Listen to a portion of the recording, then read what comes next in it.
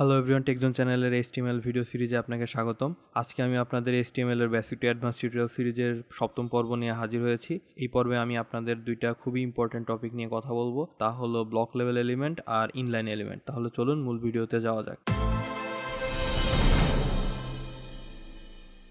শুরুতেই block level element নিয়ে যদি বলি, ব্লক লেভেল এলিমেন্ট হলো একটা এরিয়া আপনি ডিভ ট্যাগ নিয়ে নেবেন। এরপর ওই এরিয়ার ভেতরে আপনি যা শো করতে চান তা ওই ডিভ ট্যাগের ভেতরেই লিখতে হবে, যে কারণে আমরা ডিভ ট্যাগ ব্যবহার করে থাকি। যেমন ধরেন আমি চাই আমার হেডিং এর নিচে একটা ছবি থাকবে, এরপর একটা প্যারাগ্রাফ থাকবে, তখন আমি প্রথমে একটা ডিভ ট্যাগ নিয়ে নিব, এরপর আরো তিনটা ডিভ ট্যাগ ওর ভিতরে নিয়ে নিব। তিনটার প্রথমটায় লিখবো হেডিং, দ্বিতীয়টায় ছবি, তারপরে তৃতীয়টায় প্যারাগ্রাফ। এখন যদি আমরা কোডটা রান করি তাহলে দেখবেন হেডিং এর পরে ছবিটার প্যারাগ্রাফটা চলে আসছে। এখন যদি আমরা আরো ডিটেলসে গিয়ে দেখাই যে এই ডিভ ট্যাগগুলো একটা এরিয়াকে নিয়ে ওই এরিয়ার ভিতরে এলিমেন্টগুলোকে শো করতেছে, আপনি এভাবে রাইট ক্লিক করে ইন্সপেক্ট এলিমেন্টে যদি যান তাহলে ওখানে মাউস হোভার করলে দেখতে পাবেন কোন কোডের জন্য কোন অংশটি আপনার ওয়েব পেজে শো হচ্ছে, এটা হাইলাইট হবে। এখন খুব সংক্ষেপে যদি ব্লক লেভেল এলিমেন্টের বৈশিষ্ট্যগুলো তুলে আনি তাহলে এটা নতুন লাইনে স্টার্ট হবে, ব্লকের সম্পূর্ণ এরিয়া নিয়ে এলিমেন্ট শো করে, আর চাইলে সিএসএস দিয়ে এর উপরে নিচে মার্জিন প্যাডিং চেঞ্জ করতে পারবেন। কিন্তু ইনলাইন এলিমেন্টের ক্ষেত্রে আপনি উপরের কোনো বৈশিষ্ট্যই পাবেন না। ব্লক লাইনের এক্সাম্পল হলো ডিভ এলিমেন্ট,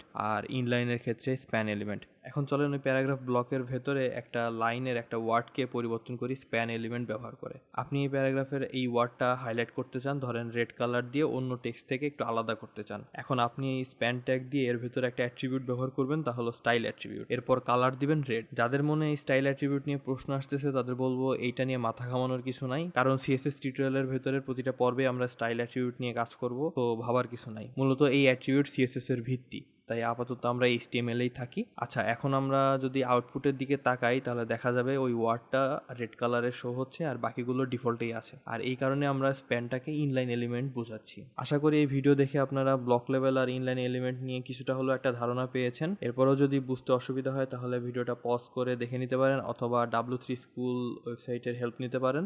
আর ভিডিওটা যদি ভালো লেগে থাকে তাহলে লাইক এবং শেয়ার করার অনুরোধ রইল। আর আপনি যদি আমার চ্যানেলে নতুন হন তাহলে চ্যানেলটি সাবস্ক্রাইব করে পাশে থাকা বেল বাটনটি অন করারও অনুরোধ রইল। ভালো থাকবেন সবাই, আল্লাহ হাফেজ।